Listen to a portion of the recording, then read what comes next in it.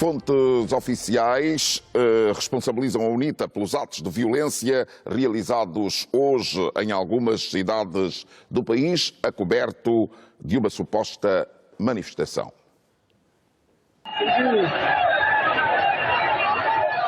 Fontes do governo acusam a UNITA de estar por detrás dos atos de desordem, vandalismo e arruaça registrados este sábado em algumas cidades do país, com destaque para Luanda. As fontes da TPA consideram que a UNITA colocou em marcha um plano para incitar a desordem constitucional a pretexto de realização de manifestações convocadas supostamente por organizações da sociedade civil. As fontes do governo dizem não ter dúvidas de que foi a UNITA e o seu presidente Adalberto Costa Júnior quem organizou e financiou os atos deste sábado.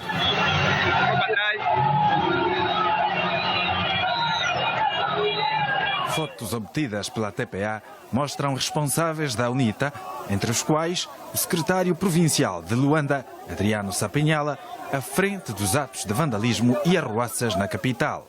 As forças de segurança dizem igualmente que o secretário-geral da Jura, Nelito Equipe, esteve à frente de um grupo de jovens arruaceiros que tentavam ludibriar as autoridades para chegarem até às instituições de soberania, nomeadamente o Palácio Presidencial e a sede da Assembleia Nacional. Olham o desfile da Polícia Nacional para intimidar o povo. A polícia diz que vários cidadãos foram agredidos e ficaram feridos durante os atos de desordem, sendo que um se encontra em estado grave, depois de ter sido ferido por uma pedra.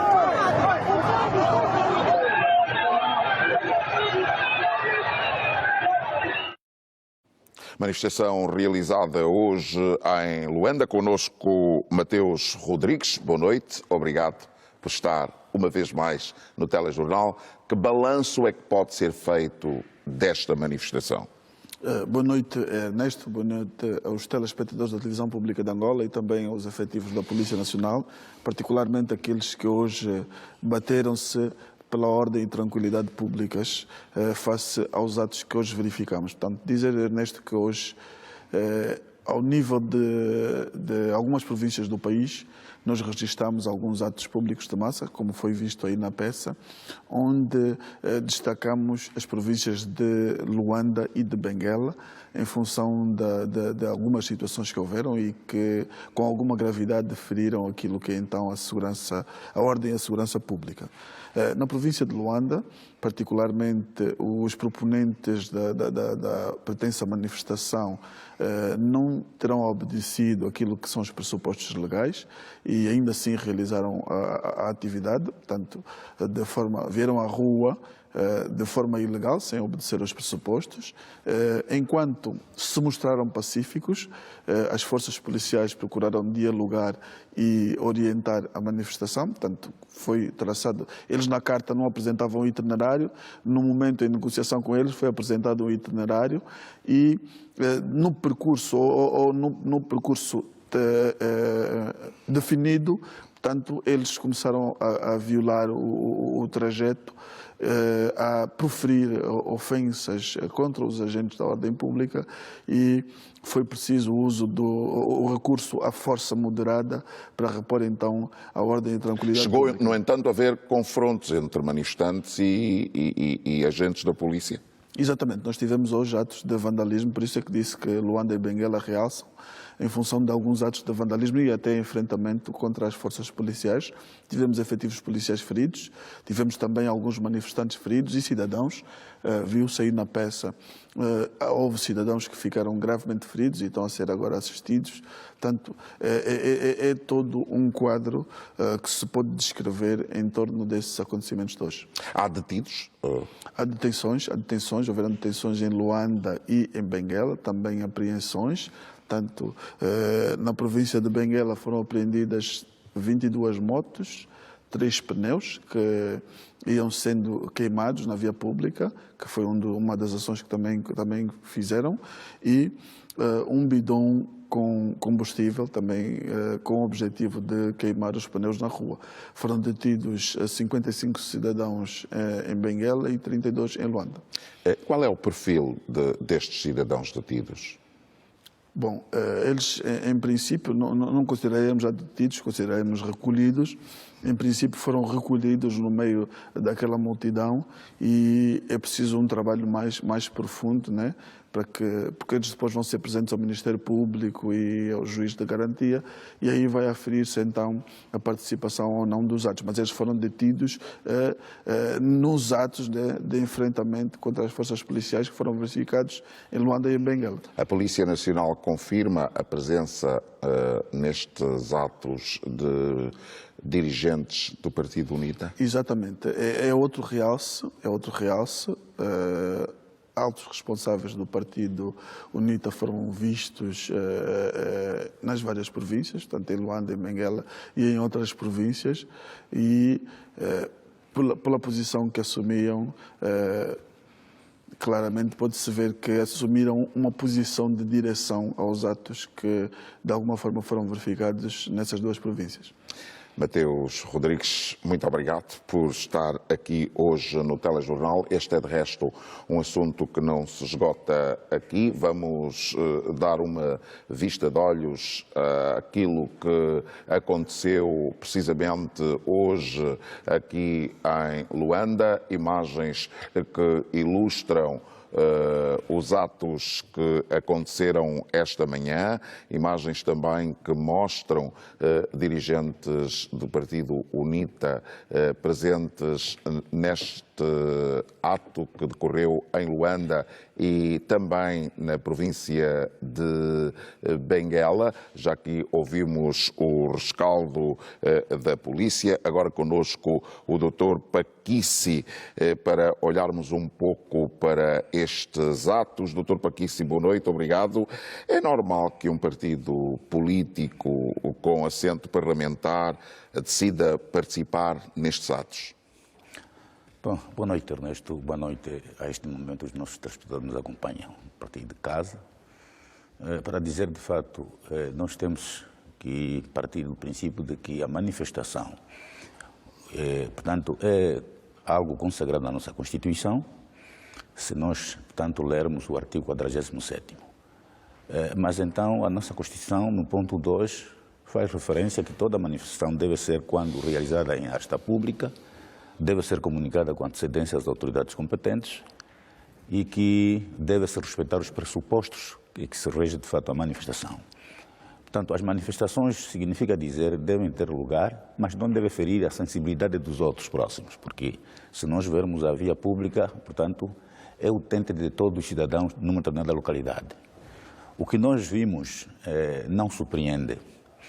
Nós temos já acompanhado outras manifestações anteriores realizadas, que sempre, às vezes, saem em nome das organizações da sociedade civil, mas aparecem, de fato, entidades que têm responsabilidades acrescidas no nosso país. É o caso concreto da sua pergunta direta, a presença aqui em Luanda que se notou, portanto, dos deputados da Assembleia Nacional, que são, portanto, dirigentes da UNITA, e que têm, de fato, um foro privilegiado para se discutir os problemas do país, portanto, as dificuldades que o país, de fato, tem e indicar soluções precisas, exatamente para se resolver os problemas. Doutor, pode a UNITA ser responsabilizada pelos atos de ferimento, por exemplo, e de vandalização que foram realizados hoje? Bem, a UNITA, de uma forma direta, é preciso que, de fato, se faça uma investigação profunda para se provar exatamente o seu envolvimento, apesar de nós termos observado já de forma direta a presença dos dirigentes da UNITA. Portanto, esteve aí presente o secretário provincial de Luanda, o número 1 da organização juvenil próprio da UNITA, e isto logo para se entender isto não é preciso muita matemática, muito estudo, muita ciência. Logo dá-se conta que, afinal de contas, apesar da manifestação ser anunciada por organizações da sociedade civil, de fato, tem um cunho político de um partido político, e a UNITA, porque não poderiam estar aí dirigentes, que eu já disse aqui há pouco, que têm foros privilegiados para discutir os problemas que o país naturalmente atravessa. Estão no Parlamento, é ali, para além do Poder Legislativo, é no Parlamento onde se discute os vários problemas, como têm discutido, que o país naturalmente atravessa. Logo, não é numa manifestação pública que se anunciou da sociedade civil, onde, para além de ser cidadãos, aparecerem para exatamente apoiar, portanto, significa dizer, estão, portanto, implicitamente ligados a estes atos que ocorreram, sobretudo, de atos de vandalização, portanto, atos de atingir propriedade de outras pessoas, outros cidadãos, o que exatamente a lei não permite, a lei de manifestação não permite isto, não é só em Angola, em qualquer parte do mundo. E quando isso acontece, isso é bom que as pessoas tenham isso em conta, isto quando acontece em qualquer parte do mundo, mesmo no próprio mundo desenvolvido que se faz referência, América, França, enfim, as forças da ordem têm que sair para defender exatamente o bem público de terceiros, porque manifestantes são um grupo, mas a sociedade não é só constituída por esse grupo. Há outros e não pode-se ferir a sensibilidade e não se pode, portanto, atingir os bens dessas outras pessoas, ou seja, instituições. E o que tem acontecido nas nossas manifestações aqui em Angola, quando se organizam, muitas delas até lançam-se palavras obscenas, ouvimos nas redes sociais, portanto, insultos contra as instituições do Estado, contra a Polícia Nacional. Isto não pode acontecer, isso não nos leva a lado nenhum. E nós temos que estar convencidos, como angolanos, que o poder político que existe atualmente no nosso país foi eleito democraticamente há meses atrás, isso é em 2022. E exatamente a sua saída ao poder, isto é, o MPLA e o presidente João Lourenço, só o voto do povo que irá determinar da mesma maneira quando aproximar as próximas eleições, ou quando se realizar as próximas eleições. E é preciso que nós estejamos, de fato, convictos, convencidos, que essa é a forma ordeira como, naturalmente, o nosso país tem que viver. Doutor, perante esta situação e tendo em conta que a UNITA está no Parlamento, qual lhe parece que poderá ser ou deveria ser a postura do Parlamento angolano em relação à UNITA? Ernesto, de fato, aí agora é preciso ver, portanto, a lei orgânica do funcionamento da Assembleia Nacional, olhar para a nossa Constituição, para exatamente o Parlamento, de fato, se pronunciar em relação à atitude desses membros de um grande órgão de soberania, que é a Assembleia Nacional. Portanto, já não vou repetir de novo, eles têm foros privilegiados. E se é, exatamente, penso que tem que haver um pronunciamento da Assembleia Nacional sobre determinados comportamentos de certos deputados, isto indo de encontro à lei orgânica do funcionamento da nossa Assembleia Nacional. Doutor, até que ponto é que atos de violência que depois resvalam para as propriedades de terceiro, para os bens públicos, podem comprometer o Estado de Direito que se pretende criar em Angola? De fato, Ernesto, isto pode comprometer, porque, afinal de contas, nós temos no nosso xadrez político nacional elementos que ainda pensam que o grito da guerra, de violência, é a solução para chegar ao poder. Ou seja, temos uma cultura ainda de um passado que devia ter servido de lição suficiente no nosso país, que conflito gera, portanto, violência gera violência, e vimos o que aconteceu conosco, e não é com isso que se alcança o poder. E hoje, nós estamos na estrada da democracia há mais de 30 anos. Queramos sim, queramos não, embora termos passado um período de 10 anos, de 10 ou mais anos, sem de fato realizar, estamos na rota regular da realização das eleições periódicas. Mas agora já não se justifica. E isto pode contribuir, essas arruaças, essas manifestações de arruaças, portanto, pode contribuir, portanto, num bom andamento exatamente da consolidação do nosso Estado democrático de direito que pretendemos aqui no nosso país. Portanto, isto pode contribuir. E só optam esse caminho aqueles que não respeitam os princípios da democracia.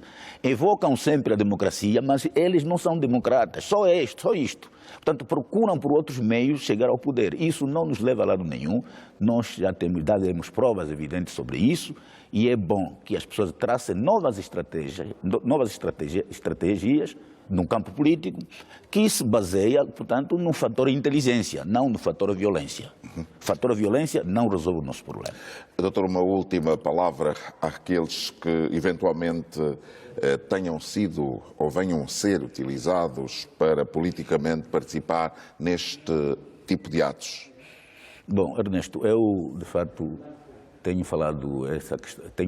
dado recados constantes, quer com os meus estudantes, quer de facto aqui nesta pública, quer em outros fóruns, que de facto é bom que a juventude não seja utilizado por aqueles que de facto estão obcecados pelo poder, sem exatamente alcançá-la pelos meios próprios já que estão traçados no nosso país, que é a democracia baseada, portanto, na soberania do povo, que elege os seus dirigentes.